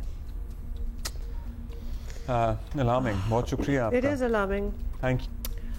कितने सवाल, मतलब जितने आप सवाल पूछो और सवाल आते हैं, जितने जवाब आते हैं उतने और सवाल निकलते हैं। बिल्कुल, तो और चीज़ें कि बिकॉज ये इतना बड़ा नेटवर्क है और इतनी दूर तक जा रहा है that you really want to know कि उसके पीछे इवन ये गाड़ी अब किसने दी होगी, हु पेड फॉर इट। कोई छोटी मोटी तो चीज नहीं है, तो obviously the one who paid for it, everybody has been identified कि किसका बैंक अकाउंट था, तो उधर हो गई, कहां से पैसे आए, किसके अकाउंट में ट्रांसफर हुए, वो सब चीजें सामने आ गई हैं।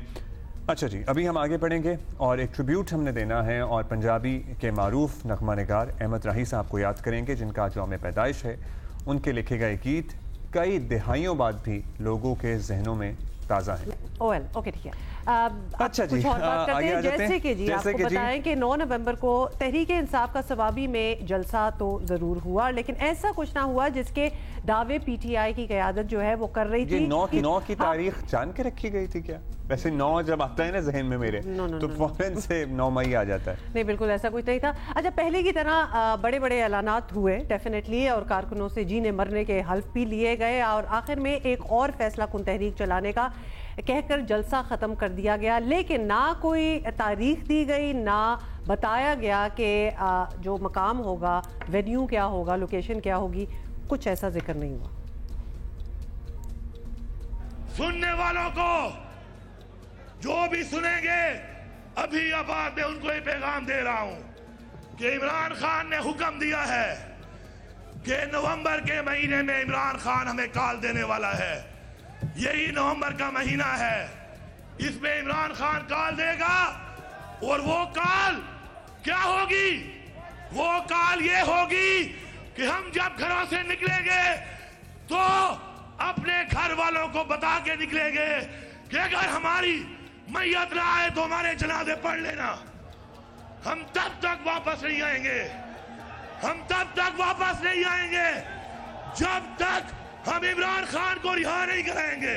हकीकी आजादी लेने तक हमारी ये जंग जारी रहेगी और हम ये करते हैं कि जब तक हमने तकब्बुर के पहाड़ को ना तोड़ा, हम मरेंगे भी सही और हम मारेंगे भी सही। मरेंगे और मारेंगे, ऑफ कोर्स, हम वापस नहीं आएंगे। बाय द वे यहाँ भी मुझे स्मॉग लग रही है। अच्छा मेरी बात सुने, वैसे to all the parents who are watching us right now, आप अपने बच्चों को इस सारे मामले में उलझाना चाहते हैं कि वो घरों से निकलें और आपसे अल्लाह हाफिज़ करें और आपको कह के जाएं कि भाई वो हम आएंगे तो हमारे जनाजे पढ़ लेना। आप नहीं चाहते कि आपके बच्चे किसी अच्छी यूनिवर्सिटी में डिग्री लें, कोई AI की तालीम हासिल करें, कोई गूगल, माइक्रोसॉफ्ट, मेटा में जाके नौकरियां करें? मतलब do you really want your kids to get involved into all this? Is this the present and the future? कि this is all कि मर जाएंगे और वापस ना आए तो जनाजे पढ़ लेना है and all that। और दूसरा 36,000 दफ़ा तो ये कह चुके हैं कि जनाजे पढ़ लेना ये वो, और नहीं जब तक रिहाई नहीं होगी, एक सेकंड मुझे पूरा कंप्लीट करने दो, तो अगली बार जी खान साहब को लेके आएंगे। मतलब खान साहब भी बैठे सोच रहे होंगे कि डू इट ऑलरेडी नाउ, क्योंकि इतनी धमकियाँ, इतने वादे, इतना कुछ कह रहे हैं, ये रेटरिक है। या फिर चेंज कर लें अपना स्टाइल, कुछ और कहना शुरू कर दें, जरा बिलीवेबल तो लगे दिस इज नॉट हैपनिंग, मतलब at least not the way that you think it will. अच्छा, एक अमरीकी झंडा भी इसमें नजर आया, वो बहस भी बना। मुशीर इत्तलात KP बैरिस्टर सैफ ने नून लीग और इत्तेहादियों की इसे साजिश करार दे दिया। बहरहाल वज़ीर आला खैबर पख्तूनख्वा अगरचा इस वक्त इमरान खान के सबसे बड़े सिपाही और ब्लू आइड हैं, मगर जिस तरह वो जलसों से अचानक गायब होते हैं, अक्सर पार्टी कारकुन भी उन्हें शक की निगाह से देखते हैं। और तो और सेनेट में PTI के पार्लिमानी लीडर बैरिस्टर अली जफर का कहना है कि सवाबी जलसे में हतमी तारीख का ऐलान ना होने से कारकुन मायूस हुए। सुन रहे थे कि सवाबी में कोई लीग के लिए तारीख का ऐलान होगा। तारीख का ऐलान जो है उस पर कोई सोच विचार हो रही है या अभी फैसला नहीं हुआ? पब्लिक से इतने लोगों ने पूछना शुरू कर दिया है और पब्लिक थोड़ी डिसअपॉइंटेड भी है कि कुछ अनाउंसमेंट नहीं हुई। उम्मीद तो ये थी कि प्लान पेश किया जाएगा, इसकी क्या वजह हुई कि ये नहीं पेश हुआ और उसको थोड़ा पोस्टपोन किया गया इसके प्लान को। हो सकता है वजह थ्रेट्स हो सकता है उसकी वजह ये हो कि अभी वो प्लान फाइनल नहीं हुआ, लेकिन बहरहाल पब्लिक कुछ डिसअपॉइंटेड थी। अच्छा, बाकी चीज़ें तो आपने खैर सुनी ली हैं, लेकिन ख्वाजा आसिफ जो हैं वो कन्विंस्ड है कि अली अमीन गंडापुर कोई डबल गेम कर रहे हैं। अब उनका क्या एग्जैक्टली कहना था ये देख लें। अच्छा, ये अमरीकी झंडे वाली अब्दुल्ला आपने ये देखा था कि ये क्या हो रहा है? जी, इस पे इंक्वायरी का हुक्म भी आया था और ऐसे फिर साजिश भी, इसे मुखालिफिन की साजिश भी करार दिया गया। लेकिन ये झंडे पे मुखालिफिन का बीच में से आ गए और दूसरा भाई ट्रंप जीते हैं, इनका इंतजार था तो इन्होंने कर दिया। सोशल मीडिया उठा के देख लेते तो आपको लगता है कि मुखालिफिन की साजिश नहीं है। मतलब ट्रंप के आने से पहले आपने सारी पार्टी की उम्मीदें बंधी हुई थी, मतलब और जब ट्रंप आई गए और उसके फौरन बाद अगर ये जलसा भी हो रहा था और इन्होंने झंडा उठा ही लिया तो बेचारे, मतलब चले सुने ख्वाजा आसिफ क्या कह रहे थे। ये इस किस्म की ये भड़कें जो है ये गंडापुर साहब कई महीनों से लगा रहे हैं और ये 2 नंबरी है। मैं दो तीन फिक्रों में डिफाइन करूंगा गंडापुर साहब को और इमरान खान साहब।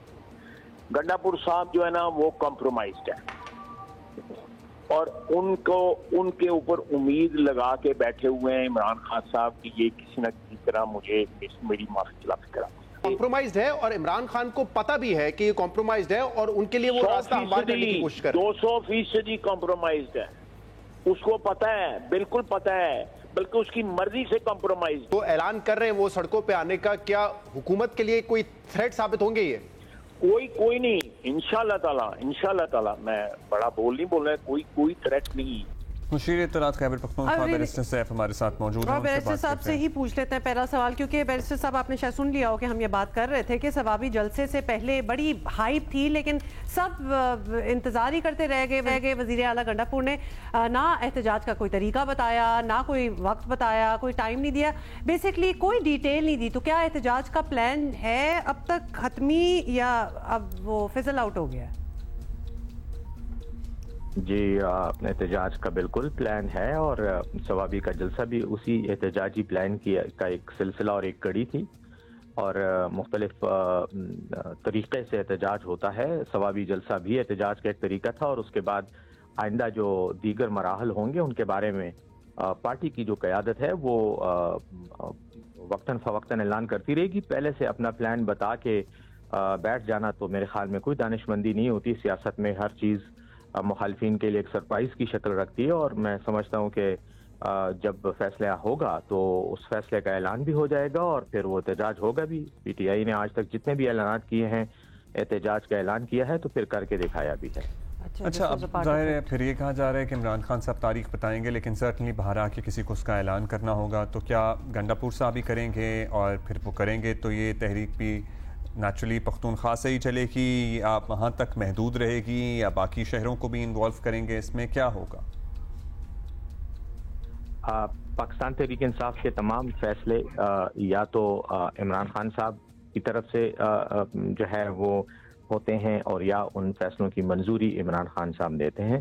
तो एहतजाज का भी हतमी ऐलान और हतमी तारीख, जिस दिन एहतजाज होना है, किस अंदाज में होना है, किस शहर में होना है, या पूरे पाकिस्तान में होना है या मखसूस इलाकों में होना है, ये सब कुछ जो है खान साहब के साथ मशवरे के बाद और उनके राय लेने के बाद जो है इसका ऐलान किया जाएगा। अब ऐलान कौन करेगा? ऐलान करने के लिए पार्टी की मरकजी क़यादत भी है और अगर खैबर पख्तूनख्वा का उसमें नाम आता है तो यकीनन अली अमीन गंडापुर साहब उसको खैबर पख्तूनख्वा की तरफ से लीड करेंगे। अच्छा बैरिस्टर साहब, अब एक सवाल जो गैर सियासी है या इसे भी चलें सियासी समझ लें, स्मॉग का असर जो है वो अब हम देख रहे हैं कि पेशावर में भी नज़र आना शुरू हो गया है। तो क्या खैबर पख्तूनख्वा हुकूमत तैयार है कि पंजाब हुकूमत के साथ मिलकर कोई प्लान बनाया जाए शहरियों को महफूज रखने के लिए? कुछ ऐसा सोचा है कि ये ताउन हो सकता है दोनों प्रोविंसेस में? अमरीकी झंडे के हवाले से इंतहाई बेबुनियाद और ऐसा सवाल है कि जिसकी कोई रैशनल जस्टिफिकेशन ही नहीं बनती। पीटीआई के जलसे में अगर किसी ने अमरीकी झंडा बिल्कुल माहौलियाती आलूदगी तमाम दुनिया का मसला है, सिर्फ पंजाब का नहीं है, ये तमाम दुनिया, पाकिस्तान और खैबर पख्तूनख्वा का भी मसला है और इस सिलसिले में हमने हमेशा इक़दाम उठाए हैं। जो हमारे मुल्की कवानीन हैं, जो बैनुल-अक़वामी कवानीन हैं, उनकी हम पासदारी भी करते हैं। खैबर पख्तूनख्वा की कंट्रीब्यूशन का हिस्सा पोल्यूशन में और माहौलियाती आलूदगी में पूरे पाकिस्तान में सबसे कम भी है। लेकिन जहाँ तक पंजाब का ताल्लुक है, पंजाब बिल्कुल हमारा सूबा है पाकिस्तान का और हमारे ही लोग हैं, हमारे भाई हैं, हमारी बहनें हैं।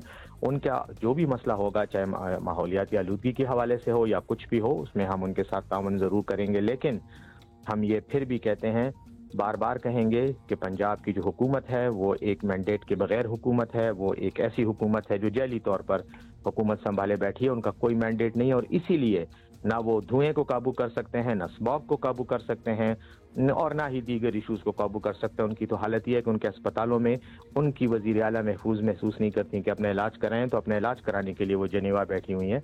तो हम ये बिल्कुल जहाँ तक आवाम के साथ ताउन का ताल्लुक है, हमने गंदम के मामले में भी उनके साथ ताउन किया, उनकी लाखों टन गंदम जो है हमने खरीदी और इसी तरह हम बाकी मामलात में भी आवाम के साथ ताउन करते रहेंगे। Thank you for us. Barrister Saif हमारे साथ थे। अच्छा, सियासी सूरत हाल पर हम बात करेंगे। सुहेल वड़ाइद साहब हमारे साथ होंगे कुछ देर के बाद।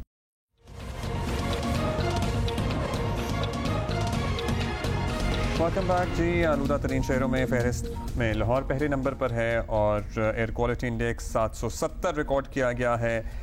आलमी माहौलियाती वेबसाइट के ये आदाद व शुमार हैं और आलूदा तरीन शहरों में दूसरे नंबर पर दिल्ली है जिसमें 306, सो आधे से ज़्यादा का फ़र्क पड़ गया है। हाँ, हाउ इज़ दैट? तो ये है सूरत हाल। गुज़श्ता वीकेंड की बात करेंगे और पाकिस्तान में रैली कैलेंडर की एक अहम और शायद सबसे ख़तरनाक थल रैली हुई है और इस रैली के 9वें एडिशन में हमारे नामी गिरामी ड्राइवर्स तो थे ही, ख़वातीन ड्राइवर्स भी बहुत नज़र आईं। हर इवेंट के साथ ख़वातीन की रैलीज़ में दिलचस्पी भी बढ़ती नज़र आ रही है, इनका टाइम भी बेहतर हो रहा है। रैली का शौक़ ख़वातीन में पहुँचा कैसे, इस पर बात करेंगे और हमारे साथ मेहमान हैं। हमारे साथ हैं जी Syeda Rida Zainab. Rida, how are you? Welcome to Geo Pakistan. सवाल तो मेरा ख्याल है अब्दुल्ला ने पहले ही कर दिया है। इंटरेस्ट आपका कैसे जागा इन रैलीज में? वालेकुम सलाम जी, आई एम गुड। इंटरेस्ट तो मुझे बचपन से था, लेकिन क्योंकि ये स्पोर्ट इस तरह का है, इसमें आना आसान नहीं है, तो ज़रा टाइम लग जाता है, because you have to build your car, और कोई छोटा प्रोजेक्ट नहीं होता। So how does one, you know, अगर छोटा मोटा शौक है, चले हम हमारा या हमारे घर में लोगों का तो इंटरेस्ट नहीं था बचपन नहीं, तो हम ये सोच रहे हैं रिदा कि आपने फिर घर में बताया या कोई और भी रैलीज में पार्टिसिपेट कर रहा था आपके घर में? ऐसा है क्योंकि ये माँ बाप को जाके कह देना अच्छा let's build a car now for this, ये बड़ा मुश्किल साउंड कर रहा है। नहीं, मेरे पेरेंट्स को तो शुरू से पता था, और ये बिल्कुल मैंने खुद जाती तौर पे गाड़ी बनाई है, तो मुझे किसी किस्म की कोई रिस्ट्रिक्शन नहीं थी। I had full support from my family. मेरा भाई ऑलरेडी थोड़ा बहुत कर रहा था ये, उसकी काफ़ी गाइडेंस थी, उसकी हेल्प के साथ ही गाड़ी बनी है। अच्छा, so when you say you built your car, what do you do with the car? We race the car. नहीं, नो, मतलब how do you build the car, मतलब उसको मॉडिफाई कैसे करते हैं, फोर्टिफाई कैसे करते हैं, मतलब what do you do with it? अच्छा, so basically what I am driving is a Vigo Hilux, लेकिन इसमें इंजन मैंने बड़ा डाला हुआ है LX 570 का, तो इंजन स्वैप काफ़ी बड़ा हुआ है। It has a 5.7 engine, it's a 3UR। इसके शॉक्स चेंज्ड हैं, इसके अंदर रोल केज लगा हुआ है, इसकी सीट्स चेंज्ड हैं, सीट बेल्ट्स चेंज्ड हैं, 5 पॉइंट हार्नेस है, सब कुछ रैली की रेस के मुताबिक बनाया हुआ है। यू आर सेल्फ टॉट, मतलब ये सारी चीज़ें आपने यूट्यूब और आर्टिकल्स पढ़ के और लोगों को देख के सीखी हैं, या फिर आप और भाई की घर की डिस्कशन से आप इतना सीख गई हैं? क्योंकि इनमें से बहुत सी टर्म्स ऐसी हैं जो लड़कियों को तो क्या, लड़कों को भी नहीं पता। हाँ जी, बिल्कुल नहीं, भाई की हेल्प से भी काफ़ी सीखा है, उसके अलावा सेल्फ टॉट भी काफ़ी हूँ, उसके साथ मेरे हस्बैंड भी अब यही करते हैं, तो इन सब की सपोर्ट के साथ विद माय हस्बैंड सारे मिलके रेस लगाते हैं आप? आपस में कोई रेस लगाई? रेसें होती हैं आपस में? हाँ होती हैं, लेकिन जाहिर है अपने भाई और अपने हस्बैंड से तो पीछे ही होती हूँ, but I am still pretty good. That's good. ये कॉन्फिडेंस दूर नहीं है कि आप हरा दें इन दोनों में से किसी हाँ, ये कॉन्फिडेंस होना भी बड़ा जरूरी है।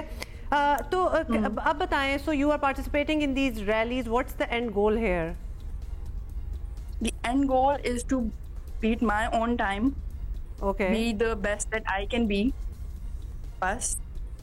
तो ये रैलीज जो हैं, मतलब इनका क्या फ्यूचर, मैं पूछ रही हूँ कि ये यहाँ तो हो रही हैं और डिफरेंट किस्मों की होती हैं, कोई और जगह, कोई आउटसाइड पाकिस्तान, कहीं और कोई डेजर्ट रैलीज कहीं और हो रही हो, कोई ओमान, कोई UAE, रियाद, कहीं आप जाने का सोच रही हैं?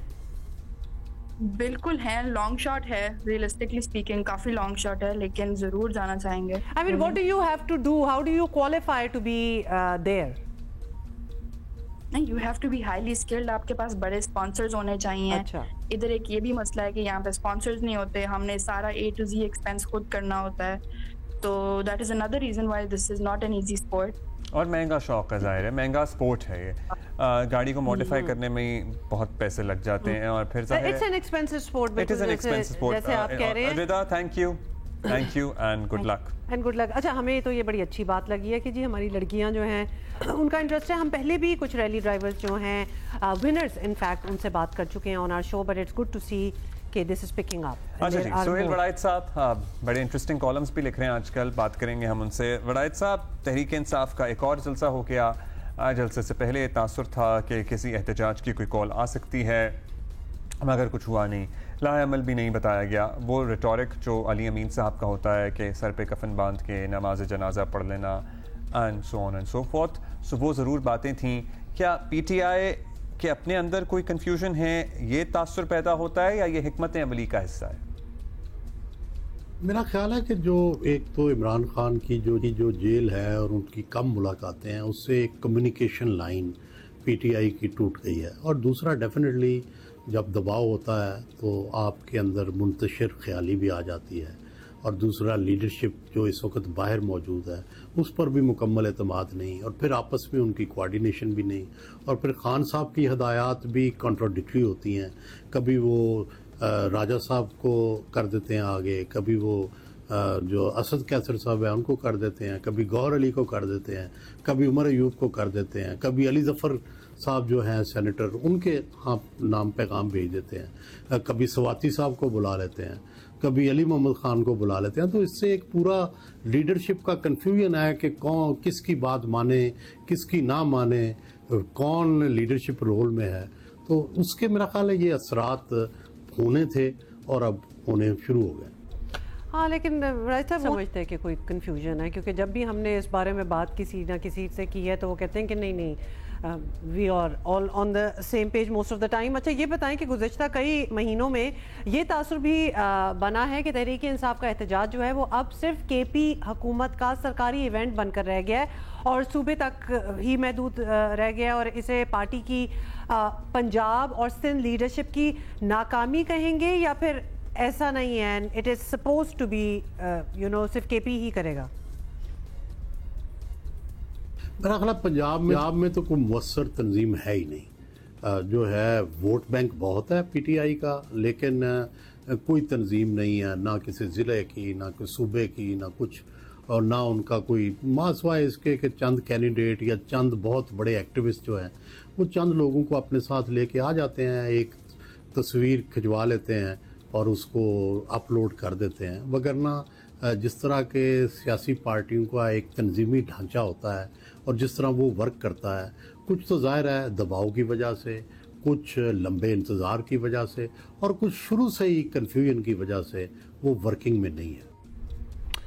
अच्छा, चलें, ठीक है, ये भी हो गया। और अब आगे ये भी बताइएगा राज साहब कि इस जलसे में अमरीकी झंडा जो है, जिसकी हम एक फुटेज दिखा भी रहे थे, वो भी नज़र आया, वो भी लहराया जा रहा था। तो इस वाक़े पे बहुत बात भी हुई, सोशल मीडिया पे भी बड़ी बातें हो रही थी। मुखालफिन की तनकीद अपनी जगह, तहरीक इंसाफ की वजाहतें भी अपनी जगह, लेकिन क्या इस तरह झंडा लहराने से पार्टी का कोई सियासी फ़ायदा या नुकसान होगा, या फिर आप इसको बिल्कुल एक आइसोलेटेड किसी की अपनी कारकुन की अपनी मर्जी थी और इस तरह आप डील करेंगे?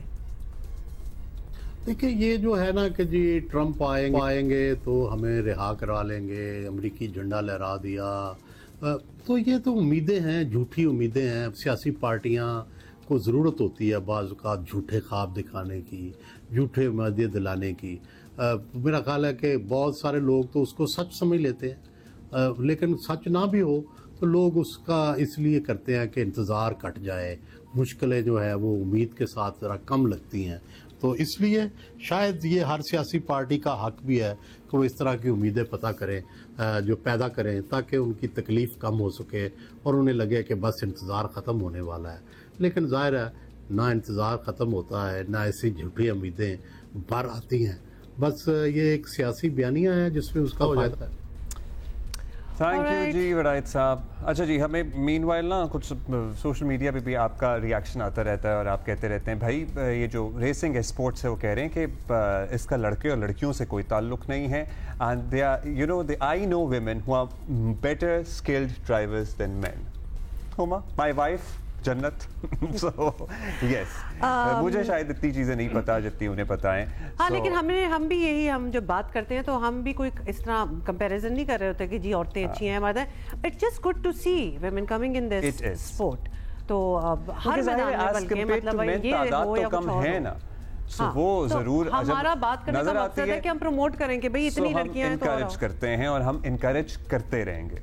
तो ये तो हमारा फोटे है। जियो पाकिस्तान में हम we always believe in celebrating women. मतलब पहाड़ों की चोटियों पे चढ़ रही हैं लड़कियां, तो मोटर स्पोर्ट्स एक चीज है, you name it, any sport, और उसमें लड़कियां मुझे इसमें मैंने एक कंपैरिजन दिया ना कि इसका लड़कियों को क्या लड़कों को भी नहीं पता, वो गलत कंपैरिजन था। अच्छा, इस पे तकलीफ हुई है? नहीं, ये होनी भी चाहिए।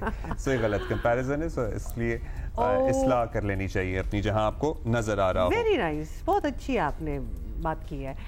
इसी बात पे हम ब्रेक ले लेते हैं। ब्रेक के बाद मिलें।